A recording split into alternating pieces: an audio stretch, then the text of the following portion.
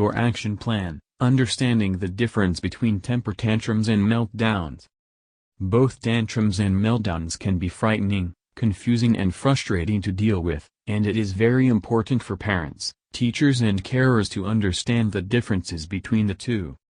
Although tantrums and meltdowns commonly consist of very similar behaviors, yelling, screaming, crying, flailing, hitting, dropping to the floor, biting self etc., it is critically important to distinguish between the differences. Why do you need to tell the difference between a tantrum and a meltdown? Because successfully intervening with either a tantrum or a meltdown has major and very specific implications to what strategies or intervention techniques we use to either manage, or prevent the tantrum or meltdown altogether. The observable signs of a temper tantrum.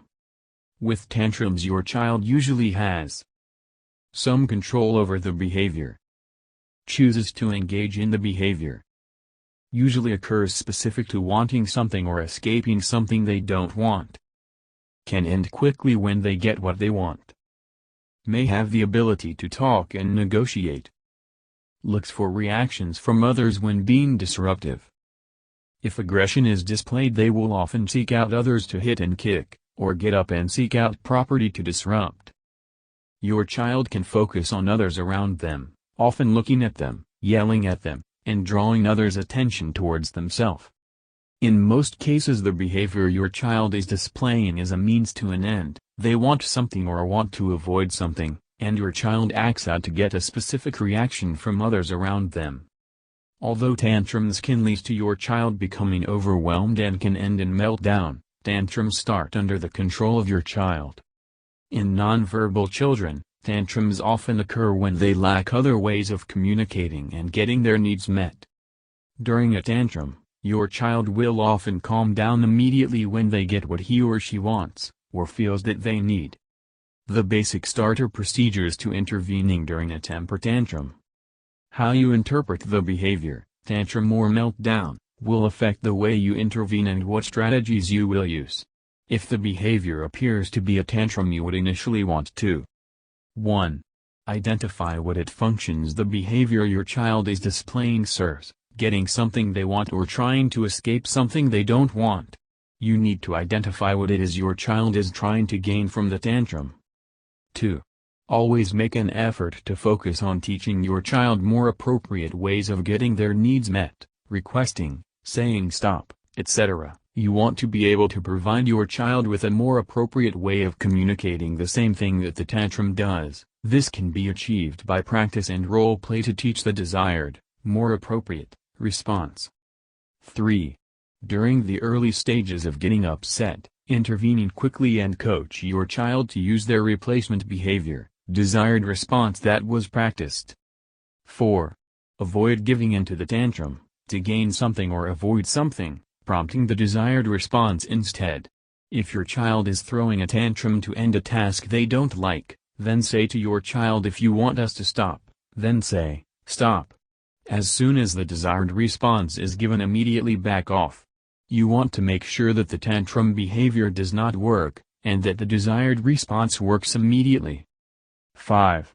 Minimize both verbal and emotional reactions to the negative behavior, stay matter-of-fact, no scolding, bribing, counseling, minimal emotion, directing all attention to what you want your child to do. 6. Reinforce your child for using the desired replacement behavior. 7. If your child refuses to respond, pull all attention away and walk away if possible. If not destructive or injurious, ignore behavior but supervise to ensure safety. Once your child has calmed down, redirect them back to the task or to use the replacement, or desired, behavior. 8. If needed, only if the above fail, implement mild consequences, timeout, loss of privileges, etc., for not responding. These are the basic starter procedures. If the above does not work, try more advanced strategies or seek out professional advice. For more destructive aggression or property destruction, seek professional assistance to complete a detailed functional behavioral assessment for designing safe and effective treatment strategies. Only implement the above for less aggressive tantrums, screaming, flailing, falling to the floor, etc., where your child's safety can be assured. The observable signs of a meltdown.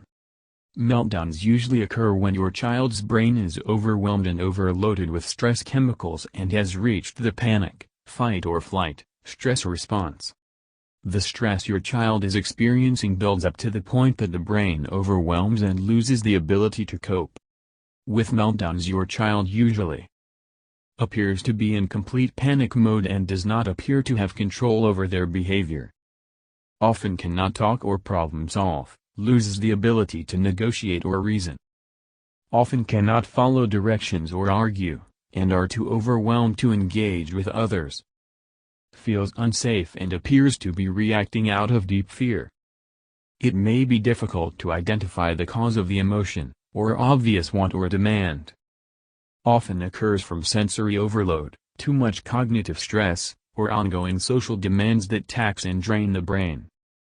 Usually is trying to escape or flee the situation around them, rather than seeking out attention. Child is seeking to escape what is overwhelming them, not seeking to gain something. Usually does not hit, kick, or bite others unless others approach and attempt to calm or redirect. Aggression often subsides when you back away, give them space, remove demands and withdraw all interactions. Can take a while to calm down. Rather than calming down immediately when they get what they want, they need time to escape and rebound. Often expresses remorse for their actions afterwards. When your child is in meltdown mode, they are reacting out of fright and fear. The fight or flight panic response is set off, and your child is, 1. Trying to escape the source of the stress, and, 2. Seeking relief from stress, hitting, kicking, biting self, head banging, etc. to release stress chemical buildup. During meltdown they often do not want to interact or engage with others, they are not seeking others' attention, and often want to move into withdrawal and isolate. However, if your child does not feel like they are safe, they may act out on property or others to get them to back off, or to help release stress chemical buildup. The basic starter procedures to intervening during a meltdown. When your child is in meltdown mode, typical behavioral techniques and strategies are not effective and more advanced strategies need to be used. When in meltdown your child is too overwhelmed to think, respond to direction, or reason with, and they will not respond to directions or consequences at this time. Punishing or threatening your child will only make things worse. Reducing and preventing meltdowns is most effective by using and designing preventative strategies for avoiding meltdowns in the first place. 1. Identify the sensory, cognitive and social challenges that overwhelm your child and build in proactive strategies for reducing the stressors. This usually consists of modifying the environmental demands to match your child's abilities, providing accommodations to lessen the stress, and teaching coping skills for dealing with stressful situations. 2. Redirection and intervention strategies work best if we intervene very early on in the behavior chain. First signs of getting overwhelmed, assist and support your child as much as possible and practice coping skills. 3. Once in the heat of the moment, pull your child away from the situation, remove all demands, reduce all stimulation, and minimize questions or demands. We need to lessen the demands on the brain, let it regroup and reorganize. 4. Your focus should be on making your child feel safe. Remove stimulation and demands, reassure your child that they are safe, and allow your child the space to calm down. 5. Some children will let you help to soothe them, but often they want no interaction. Respect their comfort zones. 6. Program strategies usually consist of 1. Lessening the stressors with strategic modifications and accommodations. 2. Teaching coping skills to deal with the stress and cope when first getting overwhelmed, say stop, leave setting and move to a new environment, etc.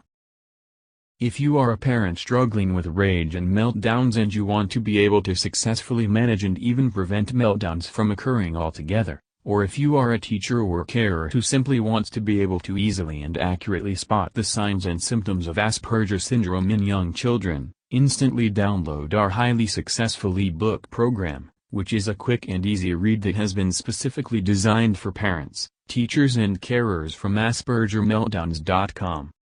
Or visit AspergerMeltdowns.com to read half of the Asperger's and Meltdowns ebook program completely free.